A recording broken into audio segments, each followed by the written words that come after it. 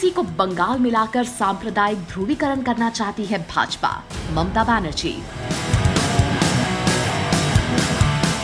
पश्चिम बंगाल की मुख्यमंत्री ममता बनर्जी ने मंगलवार को भारतीय जनता पार्टी पर निशाना साधा।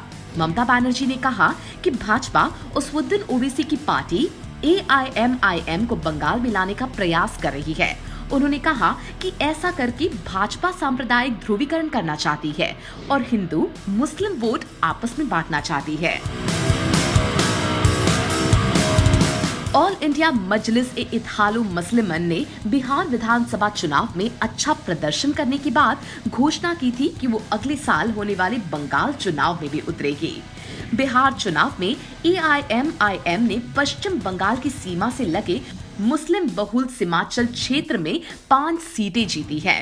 बनर्जी ने जलपाईगुड़ी में एक रैली को संबोधित करते हुए कहा कि मुस्लिम मतों को विभाजित करने के उद्देश्य से हैदराबाद की एक पार्टी को यहां लाने की खातिर भाजपा करोड़ों रुपए खर्च कर रही है। योजना है कि हिंदू मत भाजपा की पाले में चले जाएंगे और मुस्लिम मत हैदराबाद की इस पार्टी को मिल जाएंगे। उन्होंने कहा कि हाल ही में हुए बिहार चुनाव में भी उन्होंने यही किया था।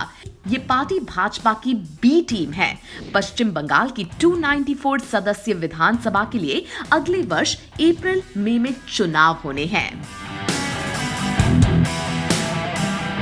मुख्यमंत्री ममता बनर्जी ने केंद्र सरकार पर आरोप लगाया है कि वो 3 IPS अधिकारियों को समन भेजकर राज्य के अधिकार क्षेत्र में दखल दे रहे हैं। ममता ने केंद्र को पश्चिम बंगाल में राष्ट्रपति शासन लगाने की भी चुनौती दी। उन्होंने कहा कि भाजपा बंगाल को दंगाग्रस्त गुजरात बनाना चाहती है।